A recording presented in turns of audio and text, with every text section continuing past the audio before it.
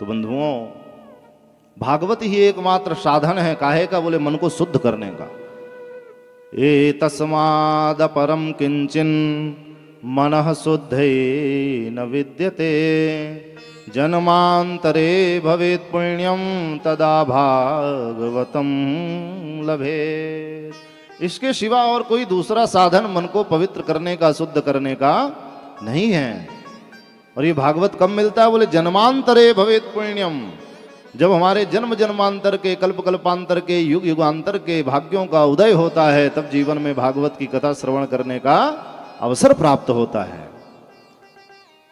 इतने इतने साधन हैं मन को शुद्ध करने के लिए, लेकिन वे समस्त साधन मिलकर के भी एक पुराण की बराबरी नहीं कर सकते। क्योंकि जब देवताओं ने जाकर के ब्रह्मा जी से शिकायत की थी कि सुखदेव जी कह रहे हैं कि भागवत के समान और कुछ है ही नहीं, तो ब्रह्मा जी आप बताओ क्या भागवत ही सर्वस्व है? और इतने जो यज्ञ हैं, जप हैं, तप हैं, होम हैं, अनुष्ठान हैं, दान हैं, क्या इनकी महिमा नहीं है? तो ब्रह्मा जी तो बुद्धि के देवता हैं। तुरंत ब्रह्मा ने एक तराजू मंगाया और तराजू मंगा करके तौलने लगे ब्रह्मा की, मैं अभी बताता हूं कौन भारी है। तो बोले जैसे ही तराजू लाया, एक तरफ मोक्ष के, मुक्ति के, मन शुद्धि के समस्त साधनों को रख दिया और दूसरे पलड़े पर केवल भागवत को रखा, तो लघुन्यन्यानि जातानि गौरवेण इदं महत् तदा ऋषिगणा सर्वे विस्मयं परमं ययो। जितने जितने साधन थे वे सब लघु हो गए, ऊपर चले गए, और जो भारी था वो नीचे आ गया। तराजू में आप देखते हैं ना, जो भारी होता है वो नीचे होता है, जो हल्का होता है ऊपर उठ जाता है।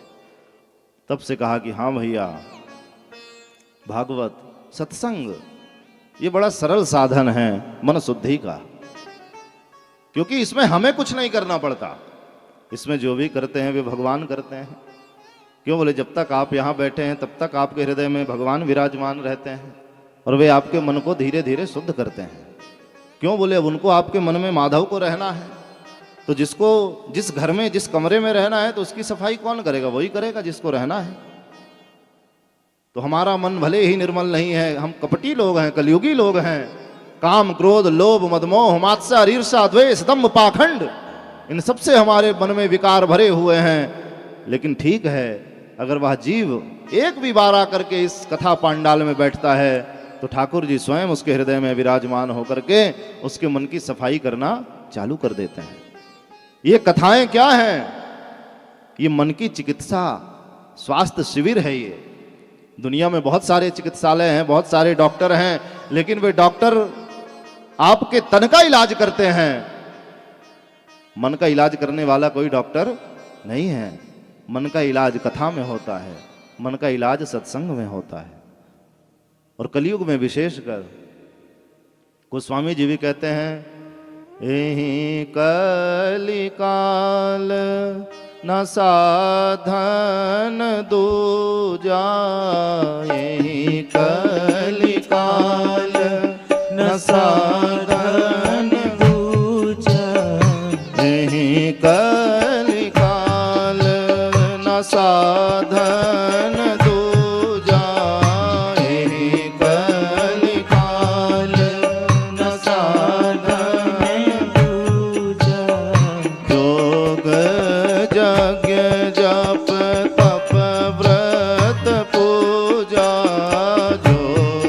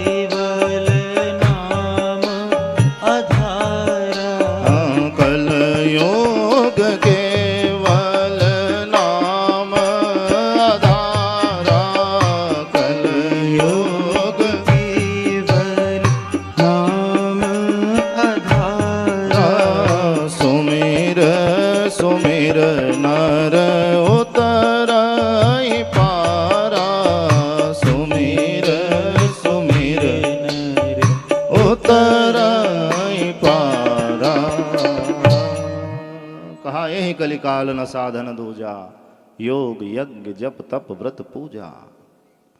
तो कोई यदि प्रश्न करे कि भैया योग यज्ञ जप तप व्रत पूजा क्या ये बेकार की बातें हैं, तो कहा नहीं नहीं, बेकार की बातें नहीं है।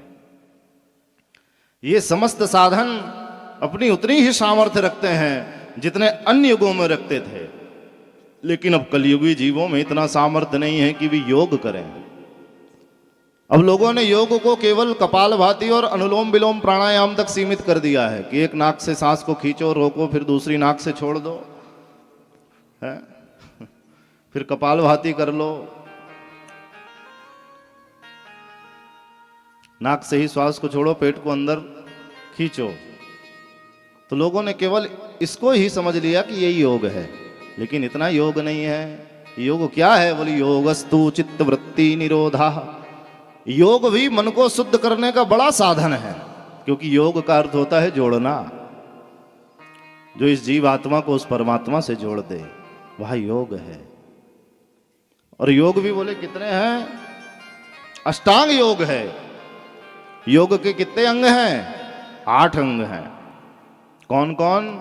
बोले यम है, नियम, आसन, प्राणायाम, प्रत्याहार, धारणा, फिर ध्यान, फिर समाधि। योग की सिद्धि समाधि से होती है। और फिर यम भी 5 यम हैं। अष्टांग योग में पहले ही अंग की हम बात करें तो पहले यम है। यम में 5 बोले फिर उसके अंदर भी आते हैं। कौन कौन? बोले सत्य, अहिंसा, अस्तेय, अपरिग्रह, ब्रह्मचर्य। तो इतना साधन हम कर सकते हैं? पहले यम में ही अगर हम विचार करें तो यम का पहला ही नियम है क्या? बोले जीवन में सत्य को धारण करो। तो सत्य कितना हम बोल रहे वो तो हम ही जान रहे, और कोई दूसरा जानता नहीं है। अपने मन की बात तो हम जानते ही हैं कि हम कितने सत्यवादी हैं। तो बोले सत्य तो कहीं नहीं है। फिर दूसरा बोले अहिंसा। तो हम लोग तो घड़ी घड़ी हिंसा करते रहते हैं। हिंसा करना, किसी पशु को मारना, किसी जीव को मारना केवल इतना नहीं है, मन से हम लोग हिंसा कर देते हैं। मन की हिंसा क्या है? बोले मन की हिंसा यह है कि किसी के बारे में बुरा सोचना, ये मानसिक रूप से की गई हिंसा ही है। क्योंकि बंधुओं, धर्म का जो सिद्धांत है बड़ा रहस्यमयी होता है। धर्मस्य तत्वम निहितम गुहायाम। धर्म का तत्व बड़ा गोपनीय है, बड़ा रहस्यमय है। तो हिंसा हम लोग मन से करते रहते हैं। किसी के बारे में कोई आजकल ज्यादा अच्छा सोचता नहीं है। इतना लोग ईर्ष्या से भरे हुए हैं कि किसी की बढ़ती हुई बढ़त को देख करके हम प्रसन्न नहीं होते। आज का व्यक्ति अपने दुख से दुखी नहीं है, तो बोले पड़ोसी के सुख से दुखी है। ये काहे को इतना सुखी है यार? इसकी देखो बढ़िया बंगला बन गया, बढ़िया कार आ गई, बढ़िया इसके बेटे की शादी हो गई, नौकरी लग गई है, उसके पास भी सब कुछ। लेकिन थोड़ा सा अगर कोई उससे आगे बढ़ गया, मत्तः अग्रे सरती, ये मेरे से आगे निकल गया, यही बोले मात्सर्य है, यही द्वेष है, यही ईर्ष्या है। और बोले ये मच्छर है। मच्छर भी 2 प्रकार के होते हैं। एक बाहर का मच्छर जो काटता है, बुनबुन बुनबुन करता है, और ये जो मात्सर्य है बोले अंदर का मच्छर है, ये अंदर काटता है। ये कैसे आगे बढ़ रहा? एक बार कहते हैं कि एक व्यक्ति ने साधना की, तपस्या की, और तपस्या भी किसके की? बोले शंकर जी की। और शंकर जी तो शंकर ही जी हैं। आशुतोष नाम है। आशुतोष शिव अवधर दानी। आशुतोष का क्या अर्थ है? बोले आशु तुष्यति इति आशुतोषा। जो थोड़े में ही संतुष्ट हो जाएं और भक्तों को उनके मनोवांछित फल देने के लिए तत्पर हो जाएं, वही तो आशुतोष है। तो भगवान शिव की उसने साधना की, तपस्या की। भगवान शिव प्रकट हो गए, बोले मांग क्या चाहिए?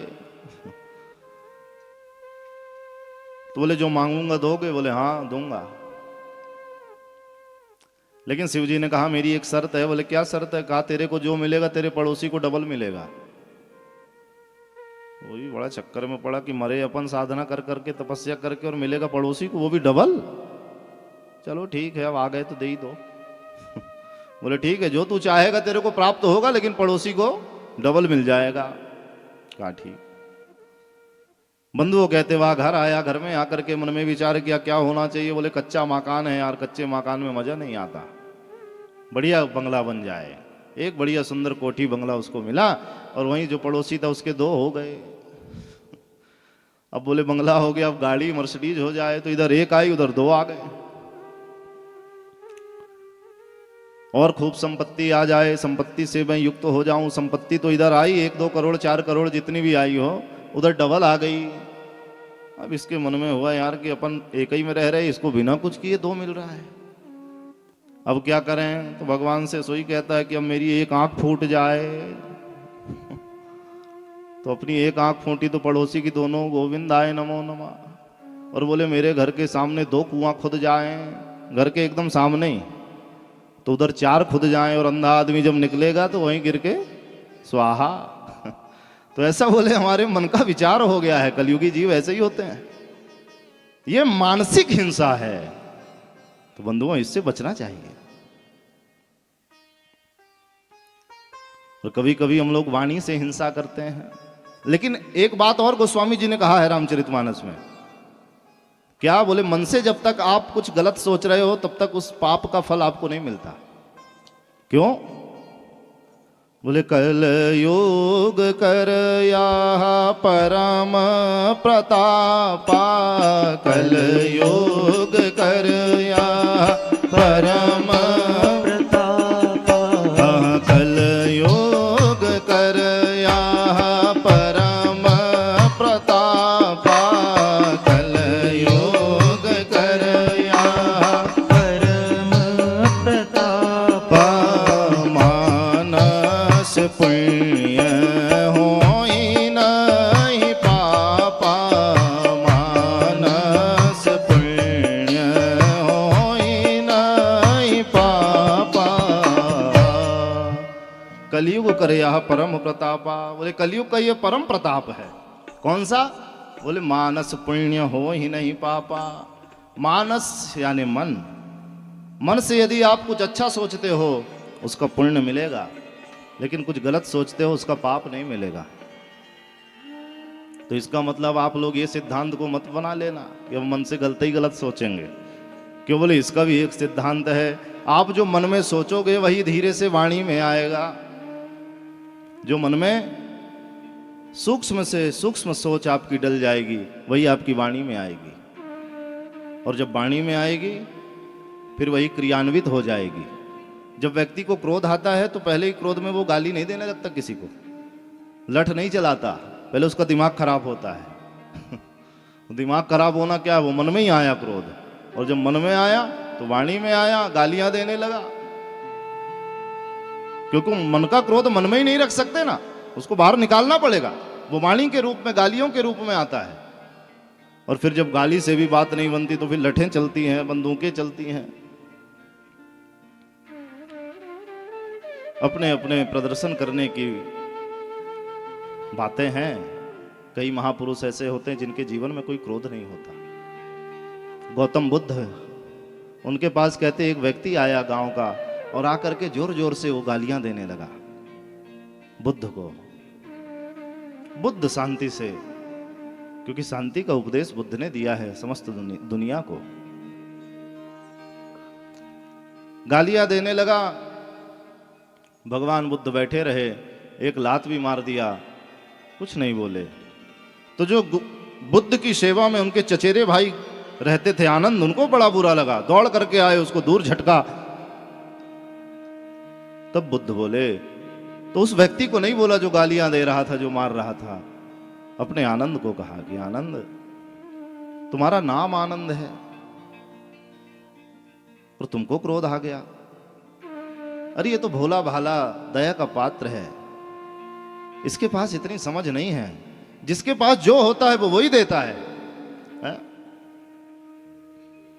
तेरे पास धूल थी मेरे पास गुलाल, जिसके पास जो था उसने दिया उड़ाल। जिसके पास जो होता वो वही तो देगा। जिसके पास गालियां हैं वो गाली ही देगा, जिसके पास स्तुति है वो स्तुति ही करेगा। बुद्ध ने कहा कि आनंद, तुम मेरे सानिध्य में रहते हो, तुम्हारे अंदर ये क्रोध शोभा नहीं देता। अरे ये तो दया का पात्र है, इसके पास अपनी बात कहने के लिए और कोई शब्द नहीं थे, गाली ही है। लेकिन इसने गाली जो दी, अगर मैं उसको सुन करके क्रोधित हो जाऊं तब मैं मान सकता हूं कि हाँ, जो इसने गाली दी वो सही में दी। और मुझे तो मानना ही नहीं, क्योंकि ये तो बक रहा है आए बाएं, उससे मुझे क्या मतलब। क्योंकि बंधुओं, हमने अपने सुख और दुख की जो चाबी है वो चाबी दूसरे को दे दी है। थोड़ा सा किसी ने प्रशंसा कर दिया, एकदम हम फूले नहीं समाते, और किसी ने थोड़ी बुराई कर दी, दो चार बातें कड़वी कह दी, तो एकदम हम आग बबूले हो जाते हैं। तो इसमें सुख और दुख फिर जीवन में हमको दूसरों के अधीन ही जीना पड़ेगा, और पराधीन सपने सुख नाही। जो दूसरों के अधीन रहता है वो कभी सुखी नहीं होता। हमें अपने आप में स्थित रहना है। स्वस्मिन तिष्ठति इति स्वस्थः, जो अपने में स्थित है वही स्वस्थ है।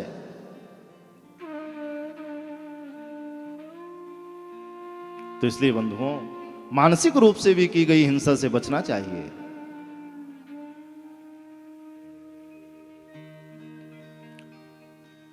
वाणी की हिंसा से भी बचना चाहिए। किसी को हम अनाप शनाप ना कहें। कल भी मैंने रात्रि में इस विषय पे प्रकाश डाला था कि सत्यम ब्रूयात प्रियम ब्रूयात, न ब्रूयात सत्यम अप्रिया। सत्य बोलो लेकिन प्रिय बोलो, अप्रिय सत्य भी मत बोलो।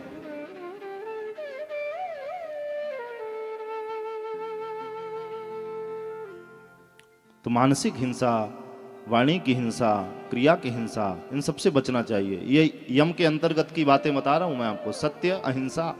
अब तीसरी आती है अस्तेय। अस्तेय का अर्थ है चोरी करना। कभी किसी की वस्तु चुरानी नहीं चाहिए। जैसे लोग कहते हैं ना, सोना चुराने वाला क्या होता है, बोले स्वर्णस्तेयम कुनखी।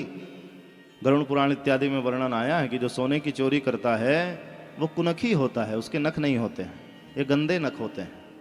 ये सब चिन्ह बताए हैं पुराणों ने। तो लेकिन वस्तु की चोरी की ही बात मैं ना करूं, लोग विचारों की भी चोरी करते हैं। हम ही लोग यहां से जब कथा सुनाते हैं तो कोई विचार अगर आता है तो जिसका वो विचार है उसका नाम लेना चाहिए कि ये विचार हमने इन महापुरुष का लिया। जैसे हमने अभी बुद्ध की बात की, जो व्यक्ति विचार किसी और के प्रकट करता है और उनका नाम नहीं लेता, वो बड़ा अपराधी है। उसको एक दोष कहा है, अपराध कहा है। बोले कौन सा? बोले प्रज्ञा अपराध। तो चोरी ना करें। जिससे आपको जो प्राप्त हुआ है उसके प्रति कृतज्ञता का भाव रखें। हमसे जो मिले, जहां से अच्छा मिले वहां से लो। हमारे वेद भगवान कह रहे हैं, आनो भद्राहा कृतवो जंतु विश्वतो। हमको जहां से भद्र मिले, जहां से अच्छा मिले, हम उसको ग्रहण करें। ये ना देखें कि कहने वाला कौन है, किस जाति का है, किस वर्ण का है, छोटा है कि बड़ा है। नहीं, अगर अच्छी बात कहा है तो उसको आप स्वीकार कीजिए। ये वेद हमारे कह रहे हैं, जहां से अच्छा मिले लो। और जिससे लिए हो, जब कहीं आगे किसी को परोसो, बांटो, तो बताओ कि ये मुझे वहां से प्राप्त हुआ है। कोई भी विचार हो, कोई भी भजन हो, कोई भी पद हो,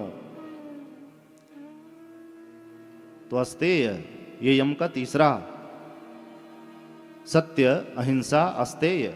और चौथा कहा अपरिग्रह। हमें अपरिग्रही होना चाहिए। अपरिग्रह का क्या अर्थ है? ज्यादा परिग्रह नहीं करना चाहिए। जितने में हमारा काम हो जाए उतना रखो, और फिर उससे ज्यादा यदि परमात्मा ने दिया है आगे बांट दो।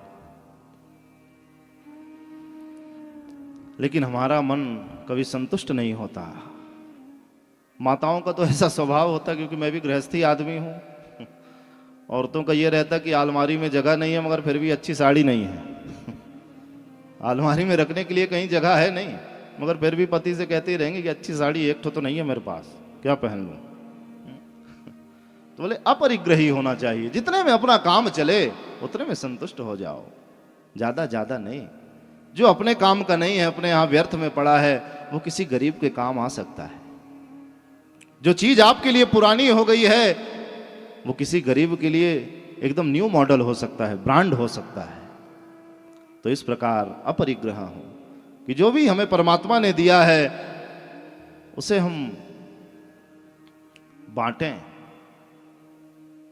बांट के खाना और बैकुंठ को जाना, ये अच्छा है, ये मानव का धर्म है बंधुओं।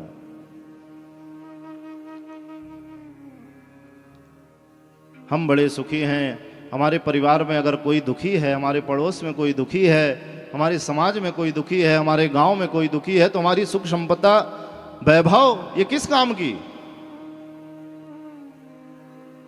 ये सब यहीं रखा रह जाना है, कुछ भी साथ में नहीं जाएगा हमारे। ये सबको पता है, सब लोग बड़े बैरागी हैं, इतना ज्ञान सबको है कि जाने कछु नहीं है साथ में, और फिर भी छोड़ना कुछ नहीं है। ये मजे की बात है कि जानते सब हैं मगर मान कोई नहीं रहा। बंधुओं, धर्म और अधर्म की व्याख्या इतनी सरल है कि मानो तो छोड़ो, कुत्ता भी जानता है सही क्या है और गलत क्या है। आप कहोगे कैसे कह रहे हैं महाराज? आप विचार कभी करें कि किसी कुत्ते को आप बुलाएं और रोटी खिलाएं, वो वहीं बैठ करके रोटी खाएगा, और वह कुत्ता यदि अकेले में आपके घर में घुसेगा, रोटियां निकालेगा तो 2-4 गली छोड़ के जाएगा। पता है उसको मैंने गलत किया है, अगर देख लेगा अभी तो डंडे पड़ेंगे। तो इसलिए जो हमारे पास है, जितना है उतने में संतुष्ट रहो, और जो हमारे उपयोग से ज्यादा है उसे दूसरों को दो। जो जितना देगा उसे और दिया जाएगा, ये भगवान का सिद्धांत है। और जो नहीं देगा उसके पास जो है वो भी छीन लिया जाएगा,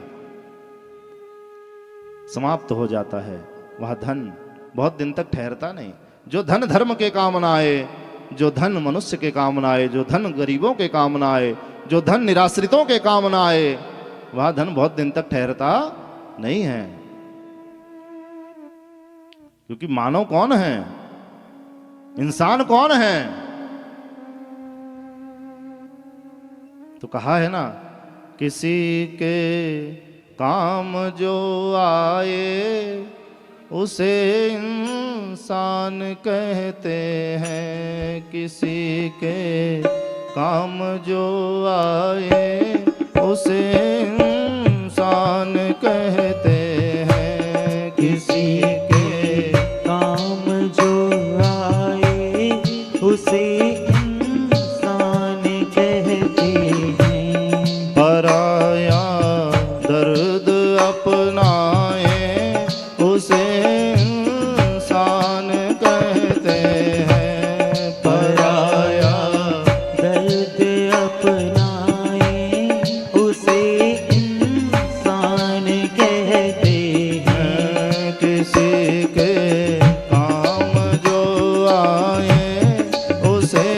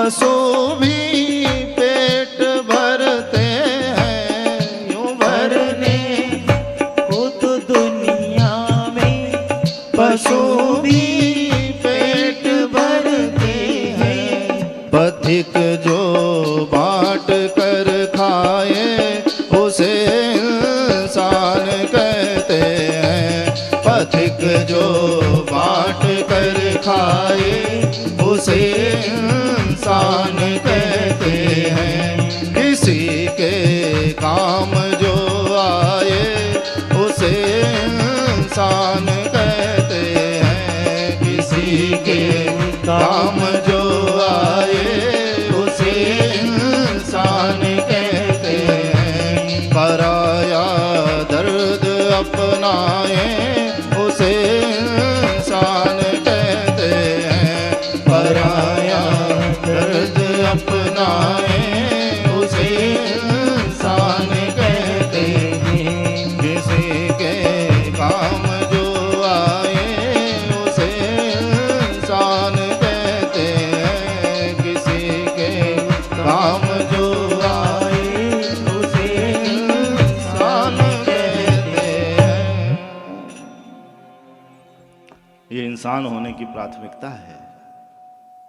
यूं भरने को तो दुनिया में पशु भी पेट भरते हैं पर पथिक जो बांट कर खाए जो किसी दुखी को देख करके दुखी हो जाए वही मानव है। इसलिए बंधुओं हमें अपरिग्रही होना चाहिए कि जितने में हमारा काम हो जाए उतना ही हमारा है क्योंकि ना कहीं से लेके आए हैं ना कहीं लेके जाना है जो है यहीं से प्राप्त हुआ है और यहीं के लिए है।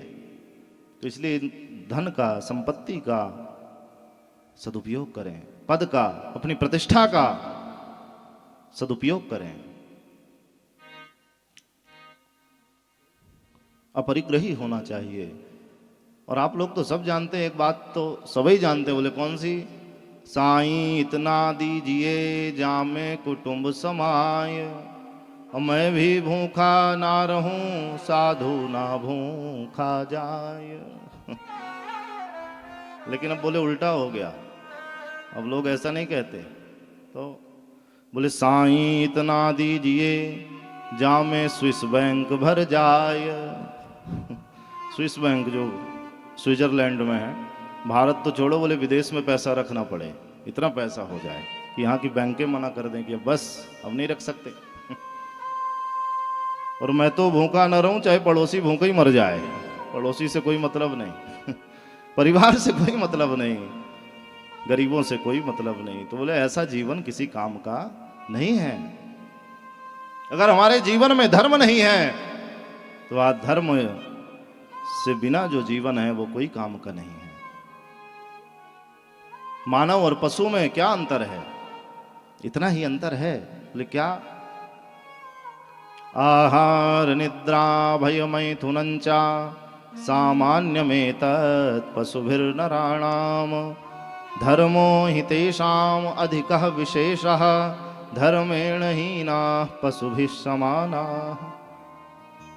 आहार निद्रा भय मैथुनंचा सामान्यमेतत् पशुभिर्नराणाम पशु और नर में ये चारों चीजें सामान्य है। बोले कौन कौन सी आहार निद्रा भय और मैथुन। पशु भी खाते हैं हम भी खाते हैं पशु तो लेकिन सोच समझ के खाते हैं लेकिन मानव कभी सोचता समझता नहीं। पशु का अपना एक धर्म है खाने में भी आहार में भी क्योंकि आहार शुद्धो सत्व शुद्धि सत्व शुद्धो ध्रुव स्मृति। आहार ही जैसा खाओ अन्न वैसा होवे मन और जैसा पियो पानी वैसी होवे वाणी और जैसा करो संग वैसे ही चढ़े फिर रंग। तो आहार में भी अब हम लोग विचार नहीं करते पशु विचार करते हैं। गौ माता भूखी मर जाएगी लेकिन मांस नहीं खाएगी जब खाएगी तो घास ही खाएगी। शेर भूखा मर जाएगा लेकिन कभी घास नहीं खाएगा। लेकिन मानव ऐसा है कि शाकाहार मिले तो शाकाहार और फिर वो जो होता है जो भी आ जाए क्या भक्षण करना है क्या भक्ष्य है क्या अभक्ष्य है इसका कोई विचार नहीं है मानव के अंदर। और मानवों के लिए ही व्रत कहा है, उपवास, कि थोड़ा उपवास भी रहो। ये जो शरीर रूपी फैक्ट्री है, इसको एक आध दिन की तो छुट्टी दो। सप्ताह में 15 दिन में बड़ी बड़ी कंपनियों में भी एक दिन छुट्टी रखी जाती है। तो ये शरीर भी भगवान के द्वारा बनाई गई एक सुंदर कंपनी है। मोबाइल आप लोग चला रहे हो तो जैसे मोबाइल है वैसे ही भगवान का बनाया हो ये मोबाइल है। लेकिन मोबाइल बोले कितना ही अच्छा हो, कितना ही ब्रांडेड हो, अगर उसके अंदर सिम नहीं होगी तो मोबाइल किसी काम का नहीं है। तो ऐसे ही बोले सिम क्या है इस शरीर रूपी मोबाइल में, बोले जो आत्मा है हमारी वही सिम है। जब तक वो एक्टिवेट नहीं होगी तब तक ये मोबाइल काम करने वाला नहीं है। अच्छा सिम भी हो, मोबाइल भी हो, लेकिन नेटवर्क ही ना हो तो भी बोले काम नहीं बनेगा। तो आत्मा भी हो, शरीर भी हो, लेकिन बोले नेटवर्क ना हो। नेटवर्क क्या है? बोले नेटवर्क ही परमात्मा है। जब तक वे आत्मा रूपी सिम में नेटवर्क रूपी जो परमात्मा है वो एक्टिवेट नहीं होगा तब तक ये काम करने वाला नहीं है। तो आहार में भी विचार करें। कई लोग तो इतना खाते कि बस खाते ही रहते हैं। शरीर में बंधुओं, विज्ञान जगत ऐसा कहता है कि 3 भाग हैं शरीर में। शरीर में 3 एरिया बनाए हैं। बोले काहे के लिए? बोले एक अन्न के लिए, एक जल के लिए, और एक बोले एक खाली रहने दो, वायु के लिए, सांस आए और जाए। तो कई बोले तीनों को अन्न ही से भर देते हैं, ना पानी पीते हैं, सांस बोले आए चाहे जाए देखा जाएगा कई ऐसे होते हैं खाऊ। कहते कि एक बार एक नई नवेली बहू आई ससुराल, और ससुराल आई कुछ दिन रही बेचारी, तभी कहते हैं कि उसके ससुर जी आए, और ससुर जी आए जैसे ही तो सास कहती चल चल चल जल्दी चल जल्दी चल, तेरे ससुर जी आ गए। तो बोले काहे को इतनी जल्दी? अरे चल, बोले निमंत्रण में गए थे ना। हाँ तो बोले इतना खा के आते फिर उनसे बैठा नहीं रह जाएगा, जल्दी खटिया बिछाना पड़ेगा। तो बोले चल जल्दी। खटिया बिछा दिए, ससुर जी लेटे, और जैसे ही ससुर जी लेट गए तो बहू जोर जोर से रोने लगी। और जब रोने लगी तो सास ने कहा तेरे को क्या हो गया, काहे को रो रही? अरे बोले मेरे तो भाग फूट गए, ऐसे घराने में मेरा ब्याह हो गया। क्यों? बोले इतना खाते हैं इसलिए। नहीं नहीं, बोले इतना खाते, ये क्या खाते? बोले ये तो कुछ भी नहीं खाते, हमारा नाम बोले बदनाम हो रहा है इससे। क्यों? बोले हमारे यहाँ जो हमारे पिताजी हैं वो कहीं बाहर अगर खाने जाते हैं तो वहीं से खटिया में लदई के आते हैं ये तो आके खटिया में लेटते हैं, हमारे यहाँ से बोले वहीं से आते हैं लदे लदाए। तो बंधुओं इतना मत खाओ। खाने में एक, भोजन में एक मात्रा है। भोजन हम लिखते भी हैं तो उसको भी एक मात्रा में ही लिखता है ना। भामे हो की एक मात्रा है, एक मात्रा में लो। जितने में ये शरीर पुष्ट रहे, चलता रहे, इतना ही लो। और कई तो खाते कम ही लेकिन परोस खूब लेते हैं। कहीं अगर गए तो उनकी थाली में फिर 1 इंच भी जगह मिलती बचती नहीं है, पूरा एकदम ठसा ठस भरा है एक ही बार में। फिर बोले दोबारा मिल रहा कि नहीं मिल रहा, और जितना खाए तो खाए और नहीं तो ले जाके फिर नाली में फेंक दिए। ये अपराध है। इतना ही लो थाली में कि वह ना जाए नाली में, क्योंकि अन्नम ब्रह्मेति यो व्यजानात्, अन्न साक्षात ब्रह्म है। तो इसलिए बंधुओं विचार करना चाहिए भोजन में। आहार में पशु विचार करते हैं लेकिन मानव नहीं कर रहे। निद्रा में भी लोग विचार नहीं करते। और एक बात कहूं बंधुओं, जिस व्यक्ति को अपनी भौतिक उन्नति प्यारी हो और आध्यात्मिक उन्नति प्यारी हो तो उसको इन 2 चीजों से बचना चाहिए। क्या? बोले अति खाना नहीं और अति सोना नहीं। जो व्यक्ति खाएगा और सोएगा वो ना तो भौतिक उन्नति कर पाएगा, उसके पास कोई सुख संपत्ति संपदा नहीं आएगी। क्योंकि संपत्ति प्राप्त करने के लिए परिश्रम करना पड़ता है, तब संपत्ति आती है। मेहनत करना पड़ता है, खून पसीना बहाना पड़ता है, तब संपत्ति प्राप्त होती है। लेकिन जिसको केवल खाना सोना प्रिय है उसको संपत्ति मिलने वाली नहीं है। उसकी भौतिक उन्नति भी नहीं होगी और आध्यात्मिक उन्नति तो बिल्कुल भी नहीं होगी। क्यों? बोले लोग आजकल ब्रह्म की बात खूब करते हैं, ब्रह्म तत्व के बड़ी उपदेश होते हैं, ब्रह्म तत्व को लोग बड़ा सुनते हैं, लेकिन ब्रह्म की केवल कोरी बात करने से बात नहीं बनेगी। ब्रह्म का अनुभव तब तक नहीं होगा जब तक हम ब्रह्म मुहूर्त में उठना आरंभ नहीं करेंगे। हमको अभी ब्रह्म मुहूर्त ही नहीं पता है। ब्रह्म मुहूर्त का समय क्या होता है? तो बोले सूर्य उदय से जो 1.5 घंटे पहले का मुहूर्त है वही ब्रह्म मुहूर्त है। वो इतना सुंदर काल होता है, क्योंकि बंधुओं मुहूर्तों की भी बड़ी महिमा होती है, मौसम की बड़ी महिमा होती है। इस समय अपने खेत में क्या लगा है? गेहूं। हाँ, अब अभी कोई कहे कि चलो मक्का लगा लें तो मक्का होगा क्या? होगा, लेकिन जिस अनुपात में, जिस मात्रा में होना चाहिए उतना नहीं होगा। और मक्के की सीजन में कोई कहे गेहूं बो दो तो नहीं होगा। तो ऐसे ही समय की एक, मुहूर्तों की अपनी एक महिमा है। ब्रह्म मुहूर्त में उठो, स्नान करो, भगवान सूर्य को प्रणाम करो, फिर अपने साधन में लगो, भजन करो, वो ब्रह्म तत्व की हमें प्राप्ति हो जाएगी। क्योंकि सुबह सुबह एकदम व्यस्तता नहीं रहती भगवान के पास, खाली रहते हैं। आप ऐसे समझो, एक बार मैं एक एसटीडी में गया, पुरानी बात है, छोटी अवस्था थी हमारी, एसटीडी में हम गए कॉल करने के लिए, रात्रि का समय था, तो फोन लगाएं तो फोन, उस समय मोबाइल इत्यादि नहीं थे, तो फोन जब लगाएं एसटीडी से तो लगे ही ना, कट जाए, इंगेज हो और कट जाए। तो एसटीडी वाले ने कहा कि महाराज सुबह सुबह आ जाना 4-5 बजे, फोन लग जाएगा। हमने कहा ठीक है। दूसरे दिन 4-5 बजे पहुंचे, एसटीडी से कॉल किया, फोन लगाया, तुरंत बात हो गई एक ही बार में। तो मैंने कहा भैया रात में क्यों नहीं हुआ? बोले रात में महाराज जी लाइनें व्यस्त रहती हैं। उस दिन मेरे को समझ में आया कि भैया जब ये साधारण फोन की लाइन व्यस्त रहती है, तो जो हम फोन, अभी मैंने बताया नहीं, ये शरीर भी तो मोबाइल है, ये भी दिन भर कितना व्यस्त रहता, थका हारा, दिन भर यहाँ वहाँ काम किया, रात में भजन नहीं होता। लेकिन सुबह सुबह उठ करके ध्यान करो, सुबह सुबह उठ करके स्नान करो, तो जो लाइन है वो एकदम क्लियर रहती है, परमात्मा से आप तुरंत जुड़ते हैं।